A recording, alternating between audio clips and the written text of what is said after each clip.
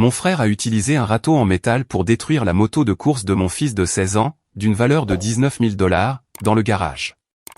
Quand mon père a exigé un dédommagement, mon frère a ri en disant « C'est juste un jouet. On est de la même famille. Laisse tomber. » Ce que mon père a fait ensuite, un démonte-pneu à la main, a fait reculer mon frère, et nous a tous laissés pétrifiés. La première dent du râteau a accroché le garde-boue arrière, et l'a pelé comme une boîte de sardines. C'est ce bruit qui m'a arrêté. Pas un fracas, pas une explosion, mais un long crissement humide, celui de l'aluminium se pliant au-delà de sa limite. Ce genre de bruit qui vous fait grincer des dents, bien avant que votre cerveau ne comprenne ce qui se passe. J'étais à une dizaine de mètres de la porte du garage, tenant une assiette en carton avec 2 hot-dogs et une cuillerée de salade de pommes de terre de chez Holt. Et l'assiette s'est retrouvée sur le gravier, avant même que je comprenne ce que j'entendais. Mitch était à l'intérieur du garage de papa. Il tenait le râteau de jardin, celui en acier avec une tête de 40 cm, et il le balançait comme un homme qui fend du bois. Un arc de cercle au-dessus de la tête, l'épaule engagée, à 2 mains. Chaque coup atterrissait sur la moto de cross de mon fils. La KTM 350 SXF à 19 000 $ de Sawyer. Celle qu'il avait passé 14 mois à assembler, avec mon aide et celle de papa. Celle avec la suspension modifiée, l'échappement FMF, et la housse de selle cousue main, pour laquelle il avait économisé 340 $ grâce à ses petits boulots de tonte de pelouse l'été. Chaque coup lui arrachait quelque chose. La plaque d'immatriculation s'est fissurée au 2e impact. La protection du radiateur s'est enfoncée au 3e. Le levier de frein s'est cassé net au 4e, a rebondi 2 fois sur le béton, et a atterri à mes pieds. J'ai été dans ce garage en 4 secondes. Mes mains ont agrippé le manche du râteau en plein élan, et je l'ai maintenu là. Nous le tenions tous les deux, mes jointures étaient blanches, et son visage était rouge, trempé de sueur. « Qu'est-ce que tu fais ?» Ma voix est sortie de manière neutre. À l'intérieur, tout hurlait. Mitch a dégagé le râteau d'un coup sec, et l'a pointé vers la moto. Ce truc prend la moitié de ce garage. Papa ne peut même pas se garer à sa propre place, à cause du petit projet de ton fils. C'est une machine à 19 000 $, Mitch. Sawyer l'a construite de ses propres mains. Construite avec les outils de qui? Le garage de qui? L'électricité de qui? Il a laissé tomber le râteau sur le béton. Le fracas a résonné sur les murs en parpaing. C'est l'espace de papa, pas ton garde-meuble personnel. Puis il m'a regardé, et sa voix a changé. Pas plus forte, mais plus froide. Le genre de froideur qui vient d'un homme qui a répété ce qu'il s'apprête à dire. 19 000 $ pour une moto de cross. Une moto de cross, Dina. Ton gamin tourne en rond dans la boue, et tu agis comme s'il s'entraînait pour les Jeux Olympiques. Peut-être que si tu passais moins de temps à rédiger des rapports sur des pare-chocs rayés, et plus de temps à être une vraie mère. Ton fils n'aurait pas besoin d'une moto pour se sentir comme un homme. Tu utilises ce garage comme une garderie depuis 2 ans, parce que tu n'as pas les moyens de te payer ta propre remise. Et papa te laisse faire, parce qu'il a pitié de toi. Il s'est essuyé les mains sur son jean. J'ai rendu service à tout le monde. 7 personnes ont entendu ça. Chaque mot. Sawyer se tenait derrière moi. Je ne savais pas à quel moment il était entré. Il n'a rien dit. Il a marché vers la moto, s'est agenouillé à côté, et a ramassé la clé de contact tordue sur le sol. La clé était toujours sur son mousqueton rouge, celui que je lui avais donné quand il avait 12 ans, avec une plaque en métal que j'avais moi-même frappée, roule vite, rentre à la maison. Le râteau avait frappé le barillet de contact, et avait tordu la clé à un angle de 40 degrés. Elle ne démarrait plus jamais rien. Sawyer l'a accroché au passant de sa ceinture, et s'est levé. Sa mâchoire était contractée, et il a regardé son oncle. Du regard que l'on jette à quelqu'un qu'on a décidé de ne plus jamais connaître. À ce moment-là, la foule de l'allée avait atteint la porte du garage. Reba avec Piper sur la hanche. Glenda avec son verre de vin. Le voisin d'en face de papa. 2 amis de course de Sawyer, venus pour les hamburgers du barbecue. 7 personnes, debout dans le soleil d'avril, regardant 19 000 $ de débris, et un garçon de 16 ans tenant une clé tordue. Papa s'est frayé un chemin à travers le groupe. Mitchell. C'était tout. Un seul mot. Mitch s'est retourné. C'est juste un jouet, papa. On est de la famille. Laisse tomber. Holt Caldwell a 64 ans, mesure 1m78 pour 80 kg, et c'est un mécanicien automobile à la retraite. Il a construit ce garage de ses propres mains en 1994. Il a regardé la moto. Il a regardé Sawyer. Il a regardé le râteau sur le sol.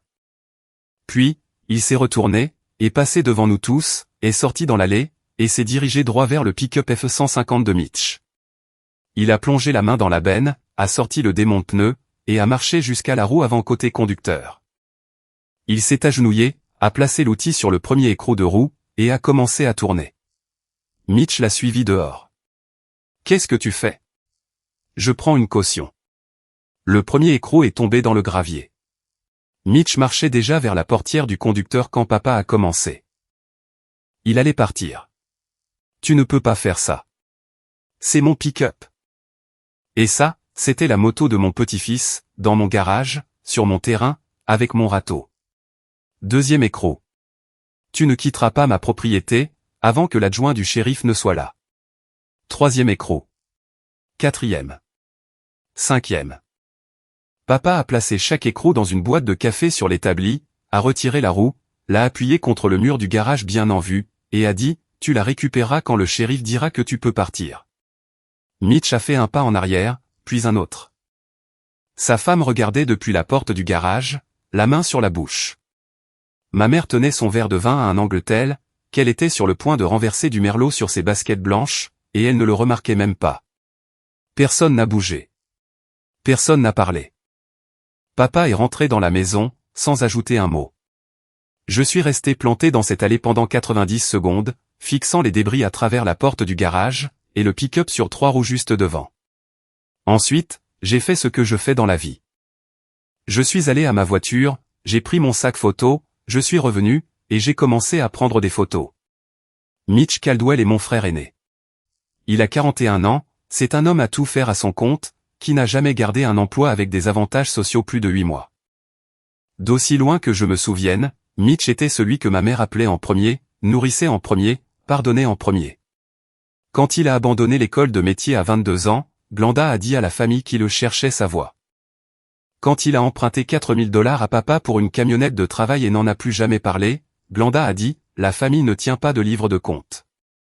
La dernière fois que Mitch m'a emprunté de l'argent, c'était 11 mois avant ce barbecue. Il a débarqué un mardi après-midi, pendant que Sawyer était à l'école, et a dit qu'il avait besoin de 800 $ pour les frais d'inscription scolaire de Piper. C'est pour vendredi, a-t-il dit. Le chèque de Reban est encaissé que la semaine prochaine. Je te les rendrai d'ici le 15. Je lui ai donné les 800 $. Le 15 est arrivé, et est passé. Le mois suivant aussi. Quand j'en ai parlé à Thanksgiving, il a ri et a dit, « Tu vas vraiment chipoter pour des fournitures scolaires, devant maman ?» Glenda a secoué la tête en me regardant depuis l'autre bout de la table. Les 800 $ ont disparu, comme tout disparaissait avec Mitch. Discrètement, et de façon permanente. Je suis experte en sinistres indépendantes agréées. Je traite des réclamations pour dommages matériels pour 3 compagnies régionales. Quand un toit s'effondre, qu'un tuyau éclate, ou qu'un arbre traverse une fenêtre, je suis la personne qui se présente avec un porte-bloc, un appareil photo, et un calculateur de coûts de remplacement. Je mesure les dégâts. Je photographie chaque angle. Je détaille chaque composant. Je calcule ce qu'il en coûte de remettre une vie exactement comme elle était, avant que quelque chose ne la brise. Cela fait 11 ans. C'est le seul travail que j'ai jamais eu, qui me donne l'impression de me tenir sur un sol solide. Le garage de papa était l'endroit où ce sol avait été bâti. Holt a appris à Sawyer à faire une vidange à 9 ans. À 12 ans, ils ont reconstruit un carburateur ensemble un samedi matin, pendant que je m'asseyais sur l'établi en mangeant des céréales, prenant des photos des mains couvertes de graisse de mon fils. Le jour où j'ai donné à Sawyer le mousqueton rouge avec la plaque gravée, c'est papa qui lui a tendu la clé. « Roule vite », a dit papa. Sawyer a souri. « Rentre à la maison, ai-je terminé ?» C'est devenu la phrase que nous disions avant chaque course. Ça ne parlait pas de la moto. Ça parlait de nous trois, dans un garage en parpaing, un samedi, construisant quelque chose qui fonctionnait. Mitch ne mettait jamais les pieds dans ce garage, à moins d'avoir besoin d'un outil qu'il ne possédait pas. Ce qui arrivait souvent. Il débarquait sans appeler, marchait droit vers le panneau perforé, attrapait la clé dynamométrique de papa ou son jeu de douille, et partait, sans l'inscrire dans le registre de prêt que papa gardait scotché au mur. La moitié du temps, les outils revenaient. L'autre moitié, ils ne revenaient pas. Quand j'en ai parlé une fois, Glenda a dit, il emprunte, Dina, il ne vole pas. Il y a une différence, dans une famille. Cette phrase a vécu dans ma poitrine pendant des années. Il y a une différence dans une famille. Comme si les règles qui s'appliquaient à tous les autres, les règles que je faisais respecter chaque jour dans mon travail, s'arrêtaient à la limite de la propriété des Caldwell. Quand le père de Sawyer est parti, Mitch n'a pas appelé une seule fois. Pas un texto, pas une visite, pas un « Hé, as-tu besoin de quelque chose ?» Il a dit à Glenda que ce n'était pas ses affaires. Quand j'ai commencé à faire des heures supplémentaires pour combler le manque à gagner, prenant des dossiers de sinistre le week-end dans 3 comtés pour payer l'hypothèque, Mitch a dit à papa que j'utilisais Sawyer comme excuse pour éviter les dîners de famille. Glenda m'a répété ça à Pâques, nonchalamment, entre le jambon et les petits pains, comme si elle donnait la météo. Je n'ai pas répondu. Sawyer était assis à côté de moi, dessinant une moto dans son carnet. Et j'avais appris depuis longtemps, que se disputer avec ma mère, c'était comme se disputer avec un mur capable de pleurer. Si vous regardez cette chaîne, vous savez déjà ce qui se passe quand on sous-estime les personnes silencieuses de la famille. Bienvenue dans le susurro de Reddit. Cette histoire est personnelle. Le dimanche suivant le barbecue, j'ai déposé un rapport de police pour destruction malveillante de biens.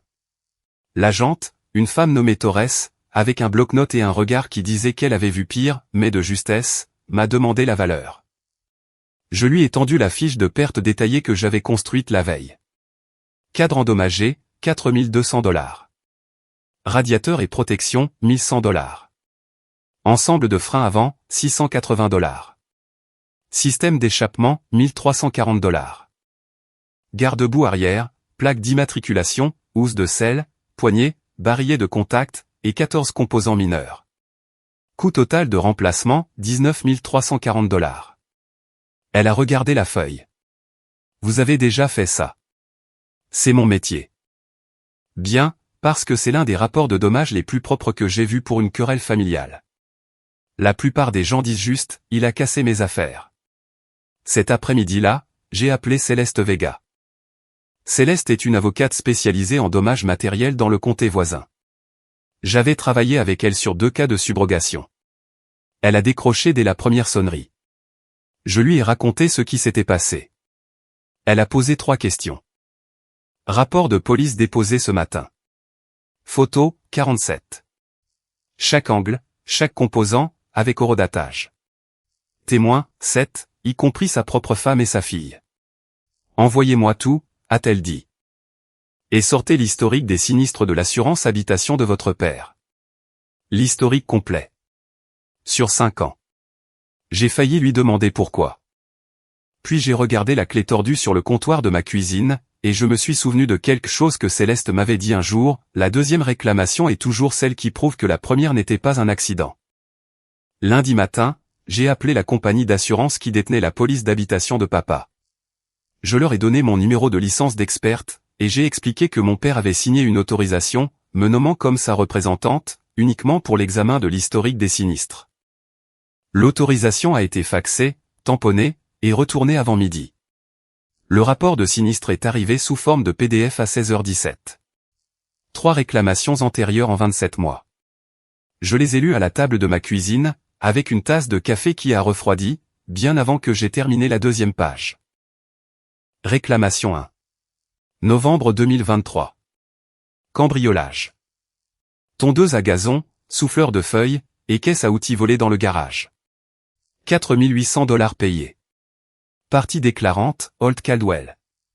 Déclaration de témoin fournie par Mitchell Caldwell. Réclamation 2. Février 2025. Dégâts des eaux. Tuyaux éclatés au sous-sol. 7 200 $ payés.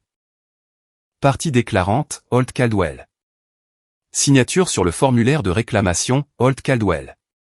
Réclamation 3. Septembre 2025.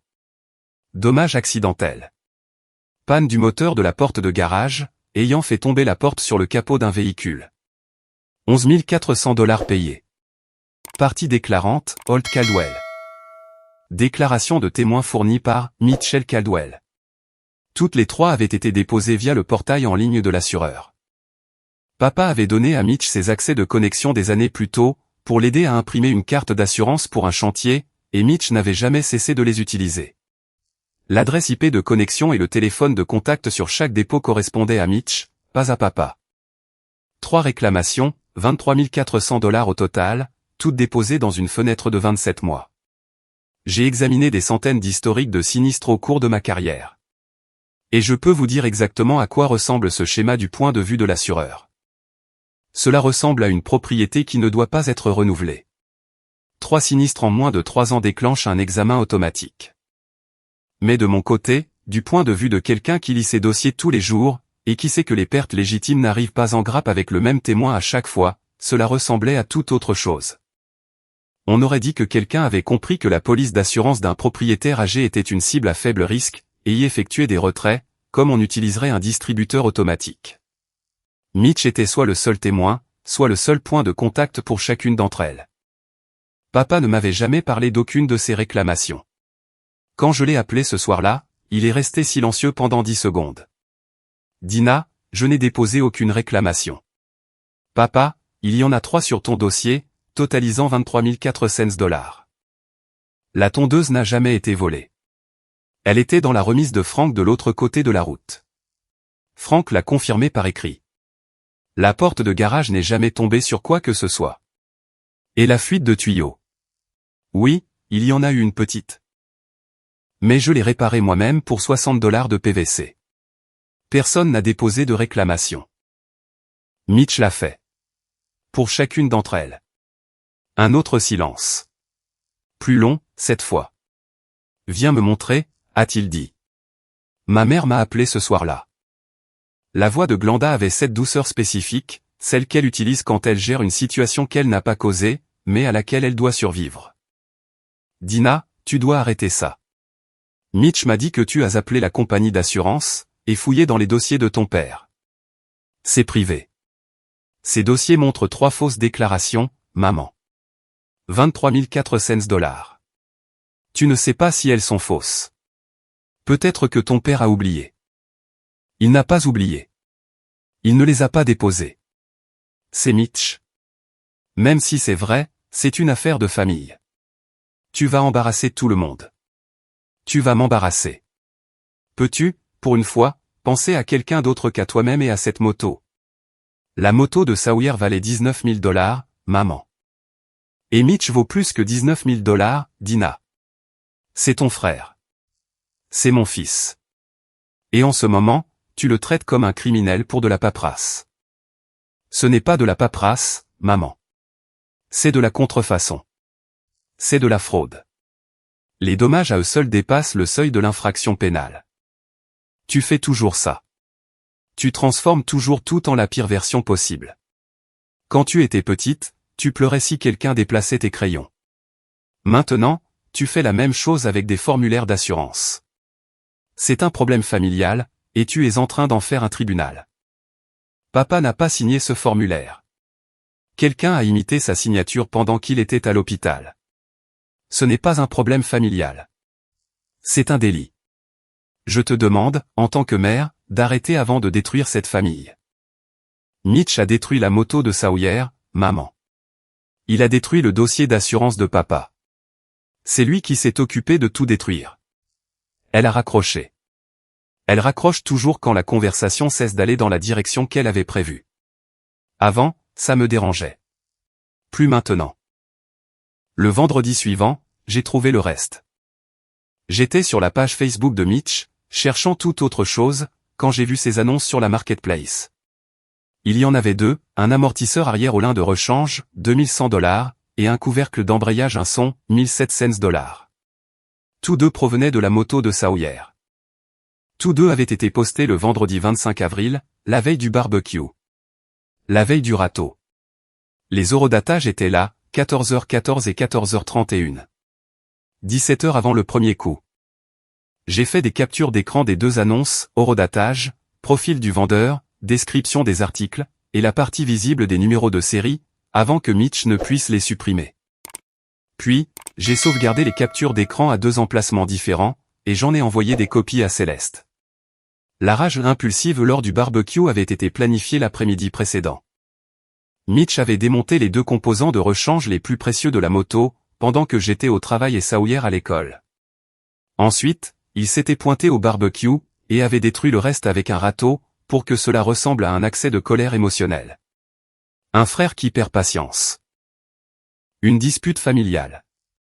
Et non pas un homme couvrant ses traces, après avoir démonté pour 3800 $ de pièces, et les avoir mises en vente avant même que le charbon de bois ne soit allumé. J'ai failli laisser tomber. Non pas parce que j'étais faible, mais parce que l'espace d'un souffle, la version de moi qui avait grandi dans cette famille, la version qui avait appris à rester silencieuse, utile, et à ne jamais faire de vagues, voulait croire que mon frère était juste en colère et stupide, et que ça passerait. Puis, j'ai regardé la date sur l'annonce de la marketplace. 25 avril. Le jour où Sawyer avait soumis son inscription pour les qualifications régionales de l'État. La moto n'était pas un jouet. C'était l'accès d'un garçon de 16 ans à la seule chose pour laquelle il travaillait depuis l'âge de 12 ans. Mitch n'avait pas seulement détruit des biens. Il avait détruit une échéance. La même semaine, j'ai rouvert le dossier de réclamation pour dégâts des eaux de 7200 $. La signature de papa figurait au bas de la 3e page. J'ai examiné des milliers de signatures en 11 ans. La lettre H majuscule de Holt penchait vers la gauche au lieu de la droite. La barre transversale du T était trop haute. La pression du stylo était trop uniforme, elle aussi. Exactement l'apparence d'une signature quand quelqu'un la copie depuis une référence, au lieu d'écrire par mémoire musculaire. Février 2025. Papa avait subi son remplacement de la hanche le 3 février. 4 jours à l'hôpital. 6 semaines de mouvements restreints après ça, où il pouvait à peine marcher jusqu'à la salle de bain. Il n'avait pas conduit jusqu'à un bureau de réclamation. Il n'avait signé aucun formulaire. La signature était une falsification. Céleste a par la suite récupéré les dossiers d'admission et de sortie de l'hôpital de papa, pour verrouiller les dates dans le dossier. Il avait été admis le 3 février, et renvoyé chez lui le 7 février. La réclamation avait été déposée le 5 février. Je suis resté assise à la table de ma cuisine pendant un long moment après ça. La clé tordue était à côté de mon ordinateur portable. Elle accrochait la lumière du plafond, et jetait une ombre tordue sur le clavier. Mon frère n'avait pas seulement détruit une moto de cross. Il volait notre père depuis plus de 2 ans. Réclamation par réclamation. Signature par signature. Et la seule personne dans cette famille, dont la carrière entière est bâtie sur la détection de ce genre exact de schéma, avait été trop occupée à faire des heures supplémentaires, et à s'assurer que le taux de compression de Sawyer était correct, pour le voir. Je ne l'avais pas manqué parce que c'était caché. Je l'avais manqué parce que je n'avais jamais pensé à vérifier, car c'était la famille. Et dans les familles, on ne sort pas l'historique des sinistres. J'ai appelé papa. Il est venu à ma table de cuisine un samedi matin, avec 2 cafés, et ce genre de silence qui signifie qu'un homme est debout depuis 4 heures du matin, à penser à quelque chose qu'il ne peut pas défaire. Je lui ai montré la comparaison des signatures côte à côte. Sa vraie signature provenant d'un chèque annulé. La signature du formulaire. Même lui pouvait le voir. Ce n'est pas ma main, a-t-il dit. Sa voix était neutre. J'étais à l'hôpital. Je sais, papa. Il a posé son café. Il n'y a plus touché. Combien, au total? 23 400 $ de réclamation frauduleuse. 14 400 $ d'économie d'assurance, en utilisant ton adresse sur sa police auto et sa caution professionnelle pendant 6 ans. Plus les 19 340 $ pour la moto de Sawyer. J'ai fait glisser le total à travers la table. 57 140 $. Il a lu le nombre 2 fois. Sa mâchoire s'est contractée une fois. Quand est-ce qu'on y va? Il y avait encore une pièce au puzzle. Quand j'avais déposé la réclamation pour dommages matériels au tiers contre la responsabilité civile auto de Mitch pour la moto, l'assureur m'avait demandé de confirmer l'adresse de l'assuré figurant au dossier. C'était la maison de papa, 1140 Orcharlan. Pas l'appartement de Mitch sur la route 7. C'était la propriété rurale de papa, avec son tarif de code postal plus bas. Mitch avait payé environ 200 $ de moins par mois que ce qu'il aurait dû, chaque mois, depuis 6 ans. Cela faisait 2400 $ par an. Sur 6 ans, c'était 14 400 $ de primes qu'il avait évitées, en déclarant une adresse où il ne vivait pas. Sa caution d'entreprise de bricolage utilisait la même adresse. Le souscripteur de la caution l'avait approuvé sur la base d'un profil de propriété rurale qui ne lui appartenait pas. Quand j'ai exposé le tableau complet à papa, il est resté très immobile pendant un long moment. Puis il a dit, il utilise ma maison pour économiser de l'argent sur ses assurances, tout en déposant des réclamations sur ma police pour gagner de l'argent. Les deux en même temps. Oui. Depuis combien de temps? 6 ans pour l'adresse. 27 mois pour les réclamations. Il a croisé les mains, et a regardé le mur derrière moi. Monte le dossier. Céleste a monté le dossier de mise en demeure. Rapport de police. Documentation détaillée des pertes. 47 photographies. Historique des réclamations avec annotation. Analyse des contrefaçons. Vérification d'adresse. Capture d'écran de la marketplace avec horodatage, et une lettre de mise en demeure civile. La mise en demeure adressée à Mitch réclamait 19 340 $, dû directement pour la moto de Sawyer. Elle identifiait également 37 800 $ d'exposition à la fraude à l'assurance, qui serait signalée séparément à l'assureur, et à la commission d'État. Le signalement pour fraude suivrait son cours de toute façon. Le délai de 14 jours concernait la restitution et la coopération, avant que Céleste ne dépose la plainte au civil. J'ai failli me contenter de moins. J'étais assise dans le bureau de Céleste avec le dossier sur les genoux, et la clé tordue dans la poche de ma veste. Et l'espace d'une seconde, j'ai pensé à appeler Mitch et à lui offrir un plan de paiement, quelque chose de gérable, quelque chose de discret. Puis Céleste a tourné son écran vers moi, et m'a montré la signature falsifiée à côté de la vraie. Côte à côte. Le H, la barre du T, la pression. Mon frère s'était assez entraîné sur le nom de notre père pour tromper un agent de réclamation, mais pas assez pour tromper la propre fille de cet homme. La dame au porte-bloc avait trouvé la falsification, et la dame au porte-bloc en avait fini de se taire. Si vous suivez Susurro de Reddit depuis un moment, vous savez que chaque histoire a un moment où la personne qui était censée se taire décide de se lever. C'était le mien. Mais la voix qui a parlé le plus fort n'était pas la mienne. Mardi 6 mai. 10 jours après le barbecue. Papa conduisait, j'étais sur le siège passager avec un dossier sur les genoux. Nous nous sommes garés dans le lotissement de Mitch à 18h40. Le soleil était encore levé. Son F-150 était dans l'allée, avec ses 4 roues remises en place. Papa avait laissé Mitch récupérer le pick-up le lendemain matin du barbecue, sans dire un mot. Il attendait. Reba a ouvert la porte. Elle a regardé papa, puis moi, puis le dossier. C'est à propos de la moto? C'est à propos de bien plus que la moto, a dit papa. Mitchell est là. Mitch est arrivé à la porte en t-shirt et short de sport. Il s'est appuyé contre l'encadrement comme il le fait toujours, une épaule contre le bois, les bras croisés, le menton relevé. La posture d'un homme qui croit que la conversation est déjà terminée. Papa ne s'est pas assis. Il n'a pas élevé la voix. Il s'est tenu sur le porche de son fils, les bras le long du corps, et a parlé pendant 4 minutes sans interruption. Novembre 2023, tu as déposé une réclamation pour cambriolage sur ma police d'assurance habitation, pour une tondeuse à gazon qui était dans la remise de Franck pendant tout ce temps.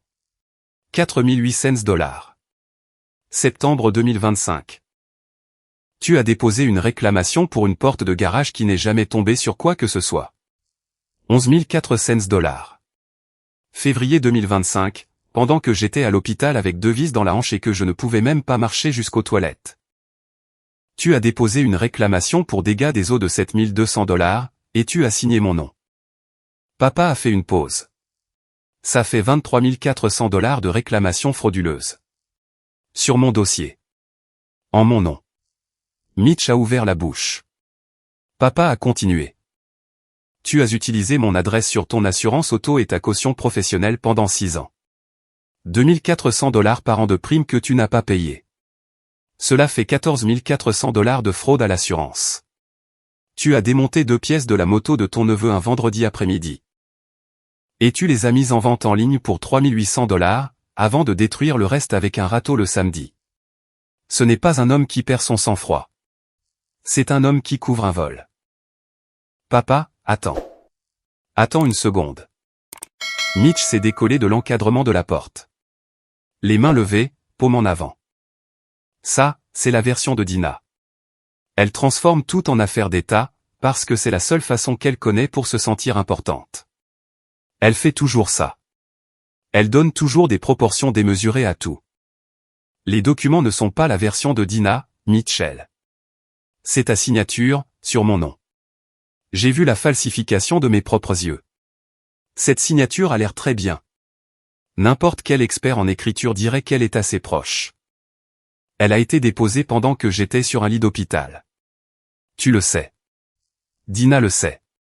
La commission des assurances de l'État le saura. Mitch a changé de tactique. Sa deuxième tentative fut plus rapide, plus calme. Ok. Ok. Écoute, je vais rembourser. La totalité. Laisse-moi juste du temps. Je peux faire un plan de paiement. Je peux obtenir un prêt. S'il te plaît, ne dépose rien. S'il te plaît. Tu as eu 27 mois de temps, a dit papa. Tu les as utilisés pour déposer 3 fausses réclamations, et voler 23 400 $ sur mon dossier. Le temps est écoulé. Troisième tentative. La voix de Mitch est descendue dans un registre qui se voulait blessé. Tu vas faire ça à ton propre fils? Pour de la paperasse d'assurance? Je suis ton gamin, papa. J'ai fait des erreurs. Mais tu vas laisser Dina me traîner devant la justice, parce qu'elle est en colère à propos d'une moto de cross. Je fais ça parce que tu as usurpé mon nom. Parce que tu as volé ma police d'assurance. Parce que tu as détruit la propriété de ton neveu en appelant ça une faveur. Et parce que, quand je t'ai demandé de réparer tes torts, tu as dit, laisse tomber.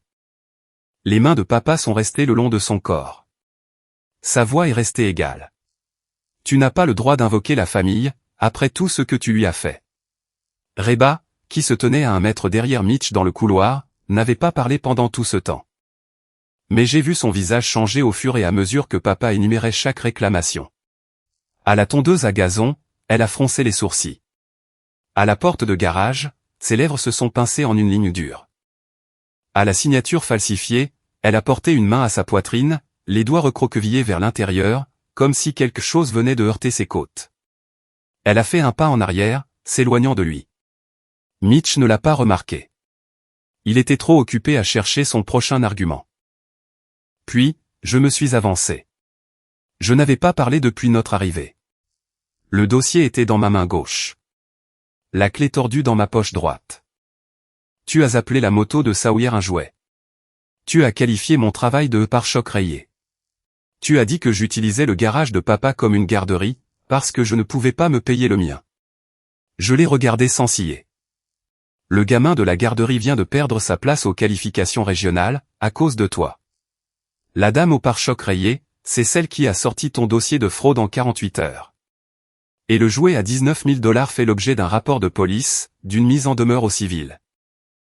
Et d'un signalement pour fraude qui est déjà sur le bureau de la commission de l'État. J'ai fait une pause, puis j'ai lâché le coup de grâce. Tu appelais ça un jouet. Le dossier de réclamation appelle ça une fraude. Le rapport du shérif appelle ça une destruction de biens de niveau délictuel. Et ce garage n'a jamais été le tien. La mâchoire de Mitch travaillait d'un côté à l'autre, comme s'il mâchait quelque chose qui refusait de se casser. Ses mains s'ouvraient et se fermaient le long de son corps, les doigts s'écartant puis se recroquevillant. La peau de son cou est devenue rouge et marbrée, la couleur se propageant vers sa mâchoire et derrière ses oreilles. Il a reculé dans l'encadrement de sa propre porte et s'y est appuyé d'une main, la paume plate, les doigts blancs. Sa respiration est devenue courte et superficielle, audible dans le silence du porche. Ses yeux ont cessé de se poser sur nous.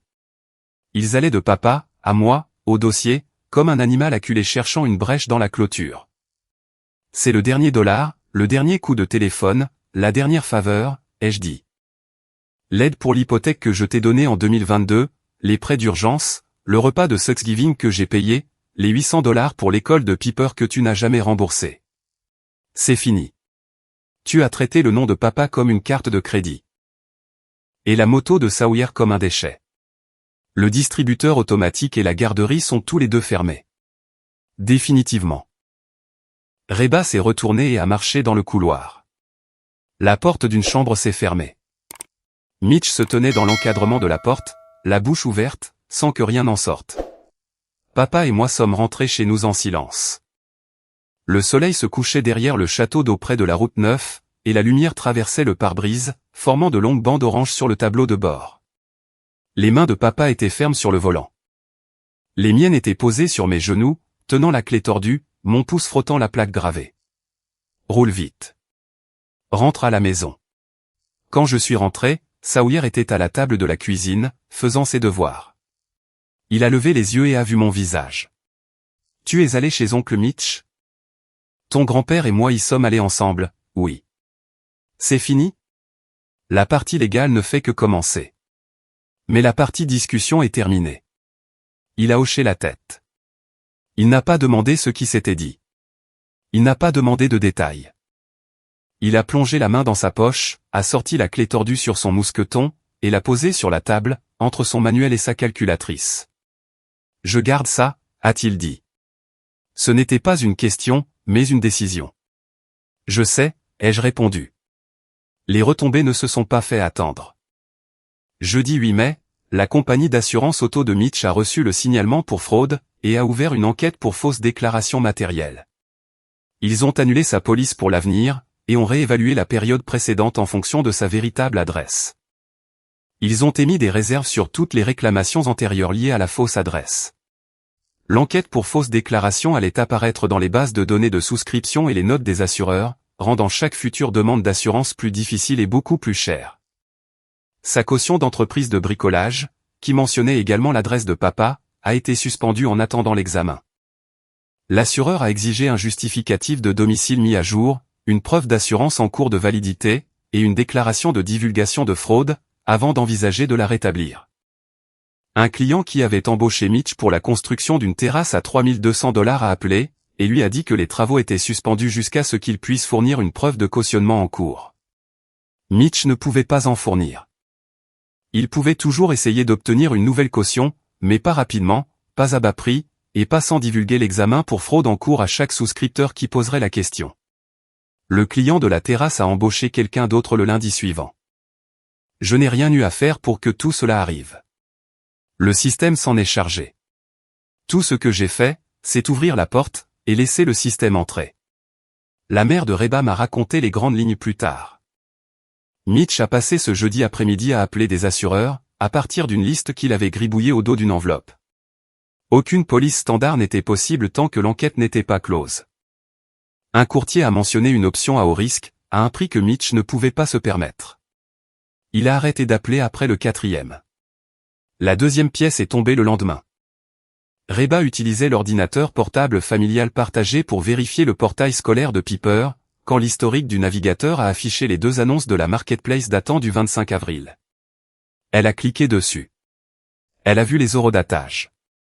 Elle a vu les descriptions des composants. Elle a vu les prix. Et elle a compris, à ce moment précis, ce que Mitch lui avait raconté sur le barbecue, et ce qui s'était réellement passé. La rage n'était pas impulsive. Le barbecue n'était pas une perte de contrôle. Son mari avait démonté les pièces de la moto d'un enfant un vendredi après-midi, et détruit les preuves le samedi matin, devant sa propre famille. Et ensuite, il avait regardé sa sœur, son père et son neveu de 16 ans, et avait appelé ça une faveur. Reba a préparé 2 sacs, un pour elle, un pour Piper. La mère de Reba m'a raconté les grandes lignes plus tard. Reba a confronté Mitch dans la cuisine, avec l'ordinateur portable ouvert sur la page de la marketplace. Tu as mis les pièces de la moto de Sawyer en vente, la veille de l'avoir détruite. Mitch, tu m'avais dit que tu avais perdu ton sang-froid. Tu m'avais dit que c'était une impulsion. Tu m'as menti devant notre fille. Reba, allez. Assieds-toi. Parlons-en. Tu as envoyé Piper chez ta sœur pour présenter tes excuses, parce que tu ne pouvais pas l'affronter toi-même. Je ne m'assieds pas, elle a pris les 2 sacs. Piper était déjà dans la voiture avec son sac à dos, son lapin en peluche pressé contre la vitre. Reba a conduit jusqu'à chez sa mère. Mitch se tenait dans l'embrasure de la porte de la cuisine. Elle ne s'est pas retournée. Glenda a appelé Reba 3 fois cette semaine-là. Reba n'a pas décroché.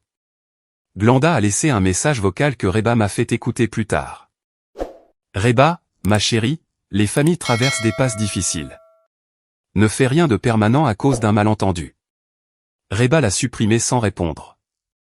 Ce n'était pas un malentendu. C'était une signature falsifiée, et un historique de navigation avec des horodatage. Ces choses-là ne s'effacent pas avec un message vocal. Samedi 10 mai. Mitch a envoyé Piper. Elle a frappé à ma porte d'entrée à 14h15. Un t-shirt jaune, un morceau de papier ligné plié à la main. Papa dit, est-ce que tu peux s'il te plaît t'arrêter, a-t-elle dit. Il dit qu'il est désolé, et qu'il paiera pour une partie. Il l'a écrit. J'ai regardé le papier. J'ai regardé le visage de Piper. Elle avait 10 ans, et elle avait été envoyée à l'autre bout de la ville pour livrer des excuses qu'un homme de 41 n'en avait pas le courage de faire lui-même. Le scénario appartenait aux adultes, Piper n'était que la messagère. Je me suis accroupi à sa hauteur. Ton papa connaît mon numéro, ma puce. Dis-lui d'appeler son avocat, pas sa fille. Je lui ai donné un jus de fruits du frigo, et j'ai appelé la mère de Reba pour qu'elle vienne la chercher. La mère de Reba est arrivée en 12 minutes. Elle m'a regardé de la façon dont les femmes se regardent quand elles comprennent les contours d'une situation, sans avoir besoin des détails. Elle a pris la main de Piper et l'a accompagnée jusqu'à la voiture. Aucune d'elles n'a rien dit. La dernière tentative de Mitch a échoué, car il a envoyé une enfant mener une conversation à laquelle il ne pouvait pas survivre en tant qu'adulte. Le week-end suivant, la Ligue de course de Sawyer organisait son banquet de printemps dans le pavillon du champ de foire du comté. Sawyer était là pour recevoir son dossier d'inscription pour la saison et son calendrier de qualification. Holt et moi étions assis à la table avec lui. Le pavillon était plein. Parents, entraîneurs, officiels de la Ligue, peut-être 60 personnes mangeant du barbecue dans des assiettes en carton, et parlant de la saison à venir. Mitch est entré à 18h45. Il se tenait près de l'entrée, les mains dans les poches de sa veste, scrutant la pièce à la recherche de Sawyer. Nash Trevino, le directeur de la Ligue, l'a vu le premier. Nash a 52 ans, c'est un ancien coureur de motocross, bâti comme une borne d'incendie. Il avait entendu l'histoire de la bouche de 3 parents différents avant même le début du banquet. Il s'est approché et a posé une main sur l'épaule de Mitch. Mitch, les propriétaires de l'établissement m'ont demandé de te dire que ce n'est pas un bon moment.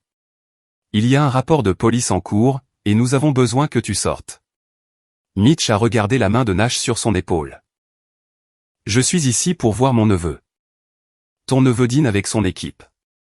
Je dois te demander de partir. On pourra en parler la semaine prochaine si tu veux. Mitch est resté là pendant 3 secondes. À la table la plus proche, un parent a chuchoté quelque chose à la femme à côté d'elle, assez fort pour que 2 tables l'entendent. La deuxième femme a regardé vers l'entrée, puis a détourné le regard. 2 réactions, toutes 2 visibles. Mitch s'est retourné et est sorti. Sawyer n'a pas levé les yeux de son dossier d'inscription. Il a continué à lire le calendrier des qualifications, son doigt traçant les dates, comme il le fait quand il se concentre et que le monde extérieur n'existe plus. 3 semaines après le barbecue, un samedi soir tard. Mitch était garé dans la rue devant la maison de papa. Moteur éteint. Il était assis là depuis 10 minutes, regardant le garage. L'endroit où la roue avait été appuyée contre le mur. L'endroit où les marques du râteau étaient encore visibles sur le sol en béton. Le garage où la moto de son neveu s'était tenue, dans la baie la plus proche de la fenêtre. Le garage où il avait balancé un râteau 17 fois, parce qu'il pensait que personne ne ferait rien. Il a levé la main et a ajusté son rétroviseur central. Son propre visage le regardait dans la lumière déclinante. Il a soutenu son propre regard pendant 4 secondes. Puis, il a incliné le miroir vers le plafond de la cabine, où il ne montrait plus rien. Il a passé la marche avant, et s'est éloigné sans entrer à l'intérieur. 2 jours plus tard, Holt a changé le code du pavé numérique du garage. Il n'a pas donné le nouveau à Mitch. Le samedi suivant fut la première vraie matinée chaude de la saison. Le genre de matinée où l'air sent l'herbe coupée, l'essence et la terre fraîche. Et où la piste émet ce bourdonnement particulier, celui qu'elle a quand les premiers moteurs démarrent et que les signaleurs parcourent le parcours une dernière fois avant l'ouverture des essais. Papa a aidé à la reconstruction. Chaque samedi pendant 4 semaines, nous étions tous les trois de retour dans le garage. Ce même garage où le râteau avait fait ses dégâts. Les marques du râteau étaient toujours sur le sol. Nous ne les avons pas effacées. Sawyer a dit qu'il voulait les garder là. Il a dit que ça lui rappelait ce à quoi la moto avait survécu.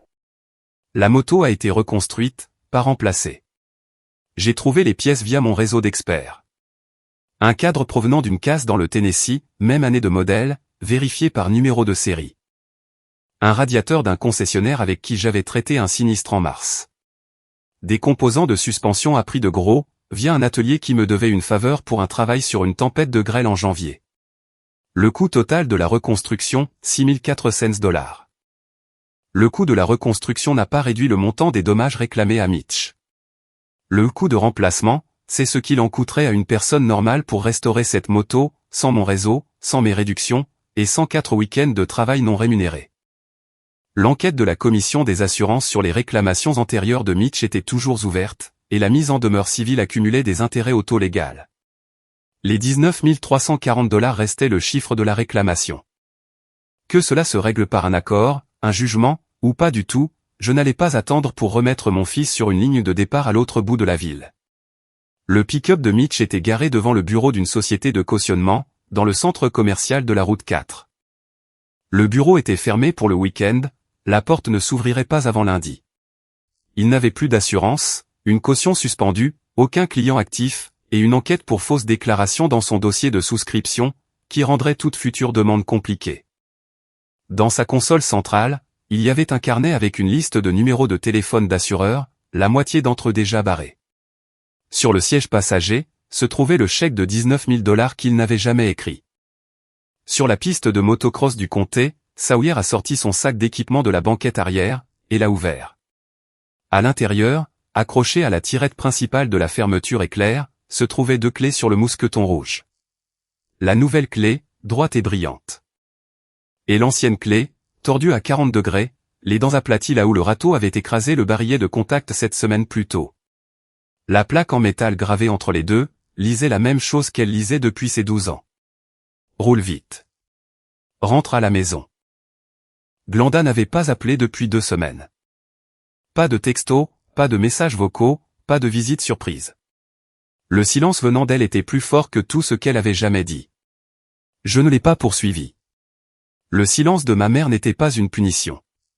C'était la première chose honnête qu'elle m'avait offerte depuis des années.